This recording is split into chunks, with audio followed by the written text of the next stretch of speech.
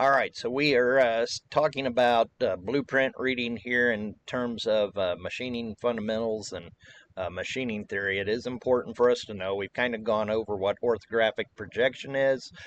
We've gone through a little bit about the way your layout on a drawing is. We talked about the glass box and the 6 different sides and auxiliary views and sectional views and so forth. And now we're going to go over what we refer to as the alphabet of lines. Now, it is important to understand that lines, in the case of our blueprints, have symbolic meaning as well, and you need to kind of learn what that meaning is sometimes in the context of the print. As you're looking at it, it will help you to understand what it's actually showing you and telling you. So there are two types of or there are multiple line types per se, but each of those line types come in either a thick line or a extra thin line. So there is an importance on line weight. Now, this depends from one drawing to another, and of course, as drawings get photocopied and reproduced and moved around the shop, sometimes it becomes very, very difficult to tell the difference between the line thicknesses here. So understanding what they are and what they're referencing and taking a look at the whole overall drawing will also help you to understand what type of line it is and what the meaning behind it is there as well. So let's kind of go ahead and go through. Now, as you take a look at this is some pretty good examples here of the different line types that you're going to see and understanding what they're telling you. So the thick object line is the line. Sometimes this is also referred to as a visible line that fully kind of defines the outside of a part and what the outside would look like. Section lines are used for a variety of different things. In this particular case, it's showing you the inside view, as we've got this, what's referred to as a short break line. Right here, it hasn't really mentioned it on this, but this line type right here is a short break line where they have kind of cut out and removed a section of that so that it can show you the interior of the feature of this part. We also have center lines, what's referred to as a center line. And again, the form of a center line, you've got a long dash followed by a space, followed by a short dash with a space, followed by the long dash, and that repeats as it goes through. Now, those are used to indicate, of course, center of a whole, center of a part. And they also help, if you see those, they help you to distinguish whether the part is round or square. Obviously, a square part would not necessarily have center lines going through it unless there's a hole in the middle of that as well. We have what we refer to as a leader line. So, and all of these that have arrowheads, they're kind of pointing to it. They're using this as a leader. Actually, this I would technically say is incorrect. That's not really what I would classify as a leader line, but we'll kind of go through. Actually, let me back up for just a second here on this. So we'll kind of go through the phantom line. This is showing threads that aren't there, and if you can zoom in on this, you would see a long dash followed by 2 short dashes followed by a long dash. So in this case, it's kind of showing what you would not see, or it is also, phantom lines are also used to show movement. Now, the phantom line here is used to express the threads. But most of the time, too, you also see what we refer to as a center line. So here's what we call the center, or the hidden line as well. So in this case, the hidden line shows the center of the hole. We've got a hole that goes all the way through the part. You can see that down here. Again, the hidden line as well, which is just a series of short dash, short space, short dash, short space, short dash, space, repeating. Then we have our lines that are associated with actual dimensions. So in this case, the dimension line is right here. It has the 2 arrowheads on it, and the arrowheads, of course, point and touch to what we call the extension lines. And these are called extension lines because they extend down from the feature to show you what the dimension is that you would want to locate and understand and be able to tell and measure what size that would be. So as we take a look at these, here's an example of a cutting plane line. It's an extra thick line. It's got two short dash and one long dash on it, followed by the spacing.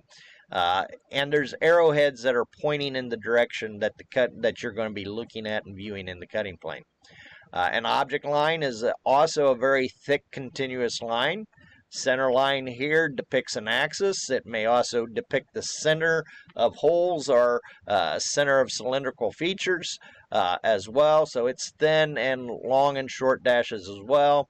And then you've got a thinner continuous line that is often used for section lines, leader lines, dimension lines, and or extension lines. And you would get more if you take the blueprint reading class or any of the drafting classes. You will learn a lot more about these different line types and how to apply them in the drawing if you're actually creating the drawing in CAD.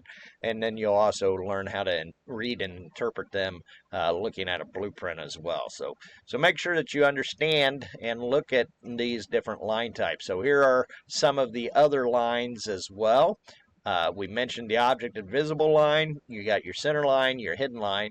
There is a leader line, an extension line, and a dimension line, and section lines. There's what we call phantom lines. There are cutting plane lines, and there are several different types of lines that are used to more or less cut apart and to separate different views.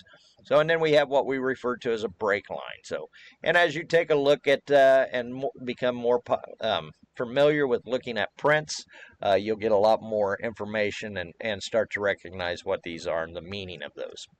All right, so as we take a look at some of the stuff here in the lab, and as we start to do other worksheets and so forth, you will start to bring all of this together. Blueprint reading is what I consider a fundamental skill for anybody going into the manufacturing industry. So we can't cover all of the topics of blueprint reading in this class. That's why it is one of the required classes for the major. So I do encourage you to make sure that you take that blueprint reading and do as much as you can to understand. Blueprints, when they are done correctly, give us all the information that we need in order to make that part. And some of this class, as we do start to talk about project planning, we will be looking at prints and making some decisions on some of the ways that we can interpret that print to make a good part and get that part finished and off of the machines. So here's a couple of examples. So we've got this toe clamp here that's kind of given in there. In this case, it's what they're calling a bar clamp, and it's missing some lines. So the idea here, of course, as you can find them, so there would be a line that would come down here. So that's what's showing. So, and of course you would need a line that would come up here. Notice the center lines here for the hole, and of course the center lines indicating the slot.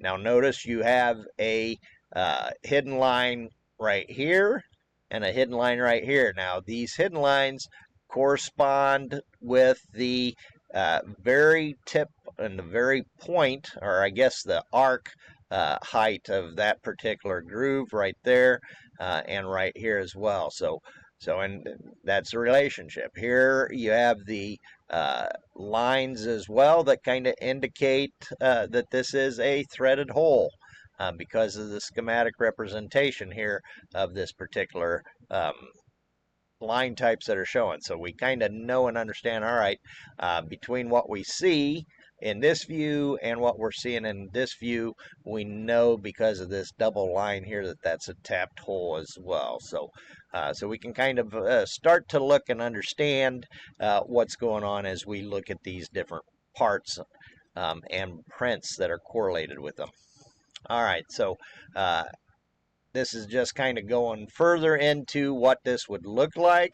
And again, with our glass box, as you take a look, so we would have what's referred to as the front view here. This is the top view. This would be the left side view right here. And of course, this is in what we would refer to as a third angle projection because of the way that is rotated between each of these views. So, and again, that's kind of understanding the rotational aspects between a third angle projection and how it goes from one view to another is also part of one of the goals of learning how to read a print as well. So as we kind of go back through it, you take a look at all of these things. Blueprint reading, of course, is fundamental. We are going to be incorporating prints and blueprint reading. You're going to need to kind of look at some prints and use your problem solving skills to kind of come up with some answers as we kind of go through all of this. Our prints in this class are going to be relatively simple. Know that you will need a lot more advanced study of blueprint reading in the future in order to become a highly qualified machinist or quality inspector, engineer, whatever job in manufacturing you're looking to achieve. So that kind of goes over what we need to know for the most part in terms of the lecture for blueprint reading. Now we'll actually try to put some of this into practice with a few of the activities that we'll be doing in class.